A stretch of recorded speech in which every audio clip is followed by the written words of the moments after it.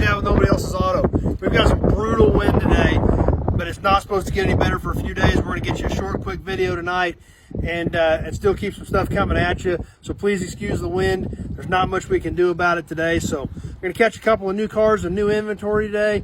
And then we got a couple other things that I wanted to go over with you here when we get done. So we'll start off real quick with this 1950 Plymouth. This came in last weekend. This is a really unique body style. It's a little two-door fastback. A lot of pieces are inside this car. It was taken apart. Somebody started on it. A lot of the loose pieces are inside of it. So if we come around this side, we'll take a look at this car, and they're a really unique body. Two-door sedan type body, but it has kind of a fastback style, and then it drops off in the rear. You know, we're used to a lot of our GM fastbacks, and we come all the way down to the rear bumper. These just kind of came back, stopped, and dropped off. So a really unique car. Something you don't see very often. Dodge had these and Plymouth had them, but they're not real common. There's not a lot of them out there. Let's take a quick peek inside of this real quick. See all kinds of loose parts, miscellaneous pieces. Some of the dash stuff is still in it, but lots of loose parts stacked inside this car from when somebody was working on it as a prior project. So lots of stuff in there. More pieces of it in the trunk.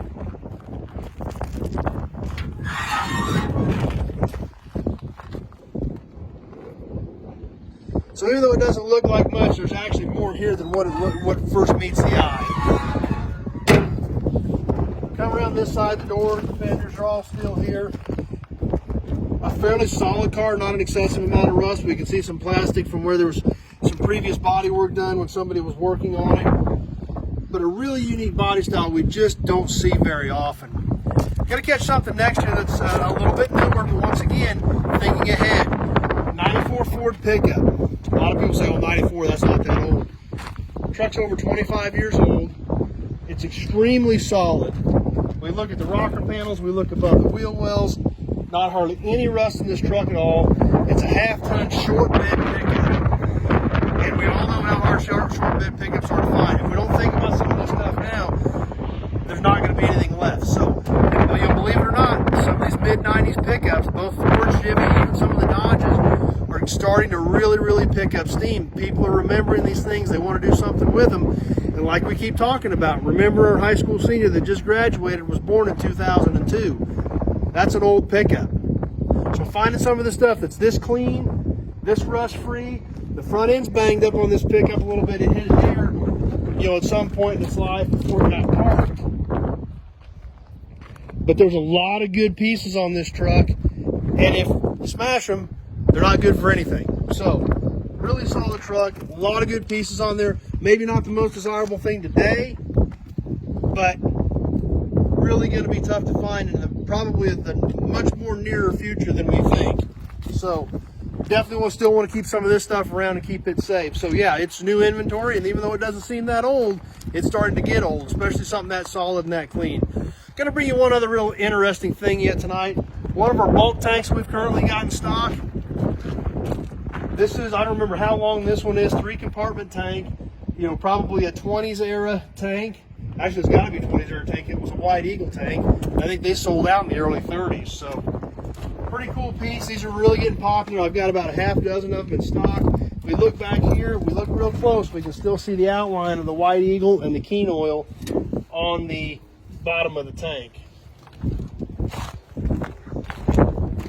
Still got the doors on it.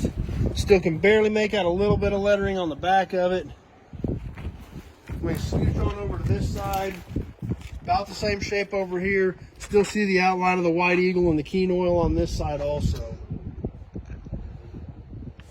So, another really cool piece. Like I said, we've got about half a dozen of these bulk tanks in stock. They make great additions to old trucks, even just for yard art. So, we'll sneak around the corner and get out of the wind for a second.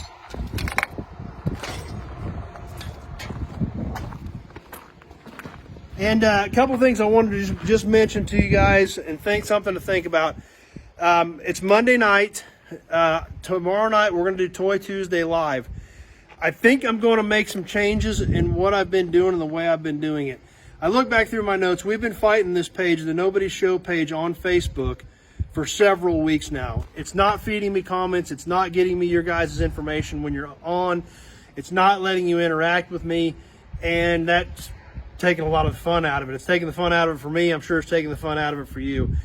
So I don't know if I'm going to be better off continuing to fight that page and try to get it fixed, or just start posting on the Nobody Else's Auto page with the show episodes 3 times a week. So tomorrow night on Toy Tuesday, we'll do it live like we've been doing, but we'll go ahead and plan on doing that on the Nobody Else's Auto page. We'll try that a few times, see how that works. If that page keeps hanging in there and keeps working and doesn't fight us, we may just have to switch to that and just kind of start not using the Nobody Show page as much. So if you guys have opinions on that, I would definitely love to hear them. But like I said, the page is not cooperating. It's not doing what we want it to do, which isn't letting you guys interact with me, and that's taking a lot of the fun out of these videos. So tomorrow night when we do Toy Tuesday Live, let's plan on doing it on the Nobody Else's Auto page. We'll see how that goes, and we may just kind of start shifting more and more towards the Nobody Else's Auto page if that page continues to work. So that's just a little bit of housekeeping information. Like I said, I would appreciate your feedback. If that's good with all you guys and you guys are fine with that, that may be what we need to do, because so far that page is working. It's feeding me comments. We can interact. We can have a conversation while I'm on live. So just want to get your opinion on that and see what you guys think. So anyway, as always, super appreciate you guys being here. It's a lot of fun doing it. I'm glad you're here. Can't tell you thanks enough for stopping by, spending a few minutes out of your evening to hang out with me. If you've got any specific questions about vehicles or parts, just give me a call. My number's on the pages, or it's 620-786-4428. Call me, tell me what you've got, what you're trying to build, what you want your project to be when you're done. I'll see if I've got anything to help. We can't have that conversation on a text, so give me a call. We can talk about it. More than happy to text you pictures of stuff, but that's basically all texting is good for, because we can't have the conversation about where you're going with your build unless we're talking about it. So anyway, as always, thanks for being here, guys.